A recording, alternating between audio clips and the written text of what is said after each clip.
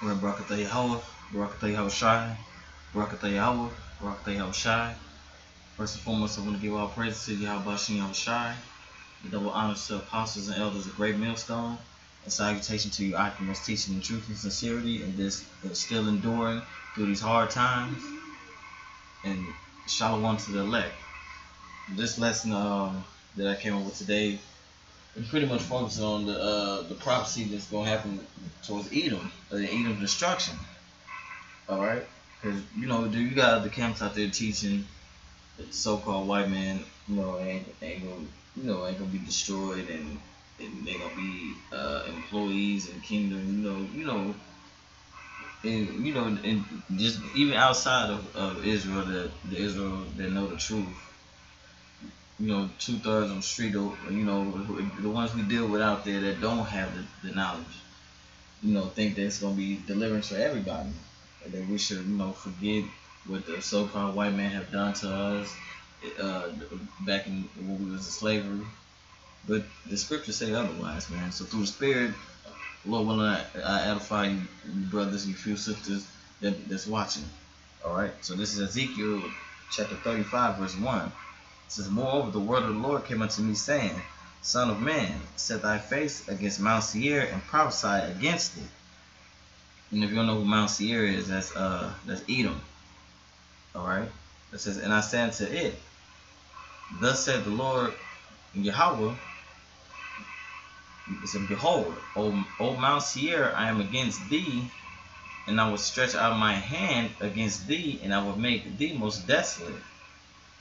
Right. It's pretty much the Most High saying he's gonna make them, he's gonna destroy them, man. So when you look at the word desolate, it's like a deserted place. It means like somewhere to be deserted. All right. It says, "I will lay thy cities waste, and thou shalt be desolate, and thou shalt know that I am the Lord." It says, "Because thou hast had a perpetual hatred, and hast shed the blood of the children of Israel by the force of the sword in the time of their calamity." So, before I continue, I'm going to go into that word perpetual. Matter of fact, let's see what it says. Perpetual. It's a never ending or changing, everlasting, never ending, internal, permanent, unending, endless, without end, lasting, long lasting, constant, abiding, enduring, perennial, timeless, ageless, deathless, undying, immortal. So Esau has a never ending hatred for us, and an everlasting hatred. All right. And that's going back to from the time when we became slaves under them. It says, "Because thou has had a perpetual hatred," which we see with the word perpetual. I mean, let's see what the blue letters say.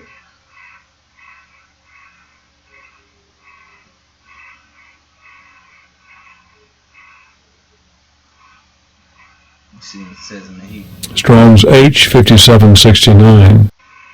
Olam. Olam. Which it says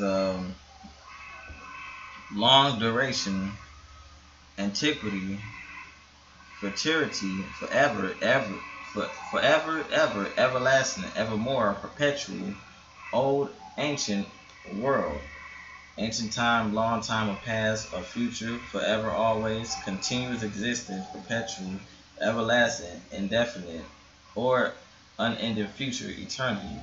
Same meaning. So they on point with that. So Esau has had an everlasting hatred for the children of Israel, the blacks, lands, and Native American Indian descent. Okay.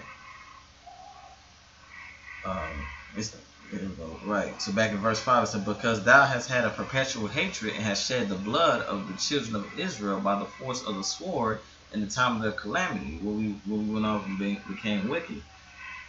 All right, going back to Psalm 70 AD. All right, this is in the time that their iniquity had an end.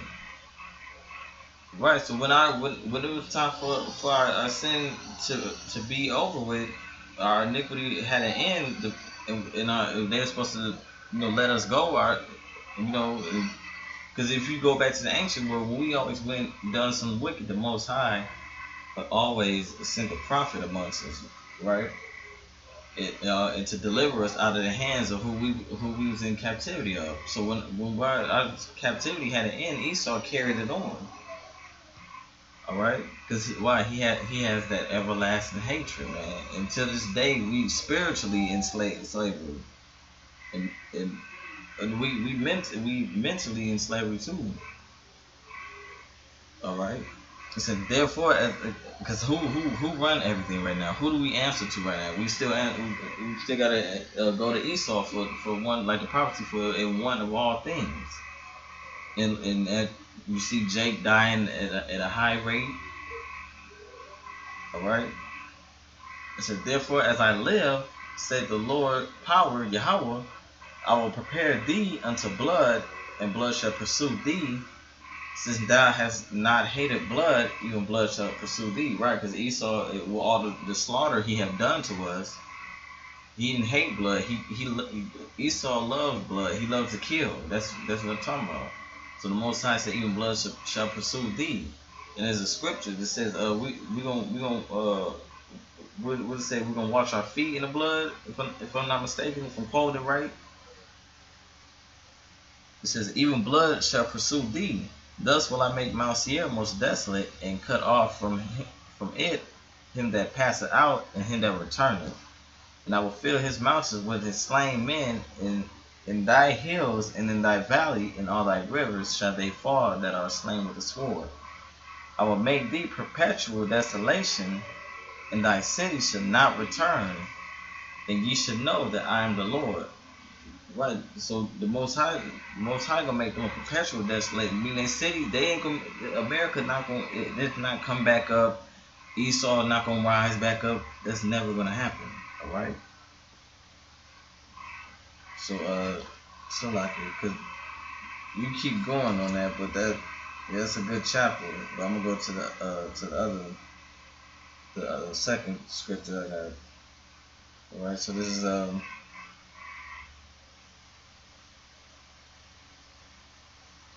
is Ezekiel chapter 25, verse 12. It says, thus said the Lord power, Yahweh, because that Edom have dealt against the house of Judah by taking vengeance, and have greatly offended, and revenged himself upon them.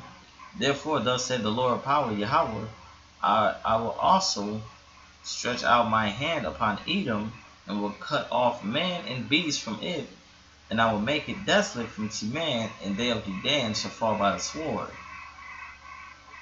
So where is this? You know, it's gonna be good for Esau. There ain't no help for Esau, man. They gonna get slaughtered by the sword. All right.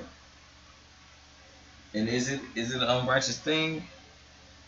No, it's not. It's righteous, because Esau is the wicked. The Most High is bringing judgment upon the so-called white man.